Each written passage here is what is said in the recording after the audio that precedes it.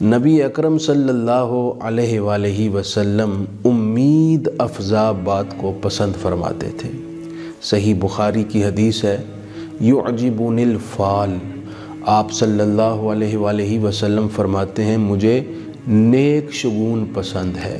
عرض کی گئی وَمَل فال، اے پاک رسول صلی اللہ علیہ وآلہ وسلم فرمائیے یہ نیک شگون کیا ہے؟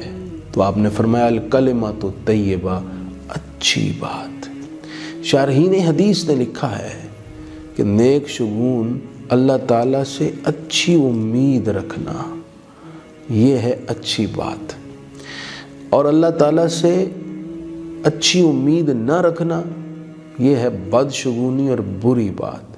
مومن اللہ تعالیٰ سے ہمیشہ اچھی امید رکھتا ہے، اور اسی بنیاد پر مومن کی شخصیت ترتیب پاتی ہے، اس کے نظریات کی عمارت قائم ہوتی ہے۔ آپ صلی اللہ علیہ وآلہ وسلم نے مکہ مکرمہ میں جب دعوت حق پیش فرمائی تو کل تک جو لوگ آپ کی عزت اور احترام کرتے تھے ہاتھوں میں پتھر لے کر آ گئے، پائے مبارک کے نیچے کانٹے بچھا دیے۔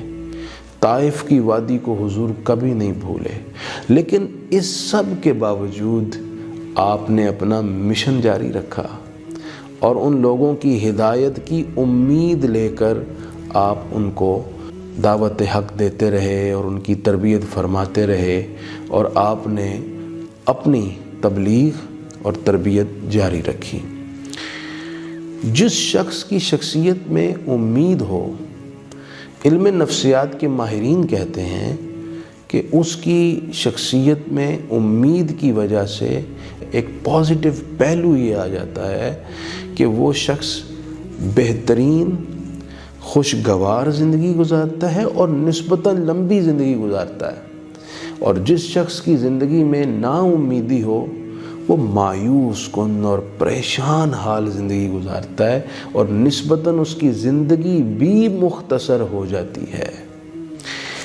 اس وقت کرونا وائرس کی وجہ سے گھروں میں لاک ڈاؤن ہے تو سارا دن ٹی وی کے آگے بیٹھے رہتے ہیں، اور ہر وقت جی فلاں ملک میں اتنے لوگوں کی اموات، فلاں ملک میں اتنے لوگوں کی اموات، اتنے نئے کیسز سامنے آ گئے۔ یہ سب کچھ سن کر ایک گھبراہٹ، ایک خوف، ایک نا امیدی اور مایوسی کی کیفیت بڑھتی جا رہی ہے۔ میں ریکویسٹ کروں گا آپ سب سے، نمبر 1، اللہ تعالیٰ نے آپ کو خلوت گزینی کی نعمت بخشی ہے، جس کی مناسبت، جس کی طرف فیض غار حرا سے آتا ہے۔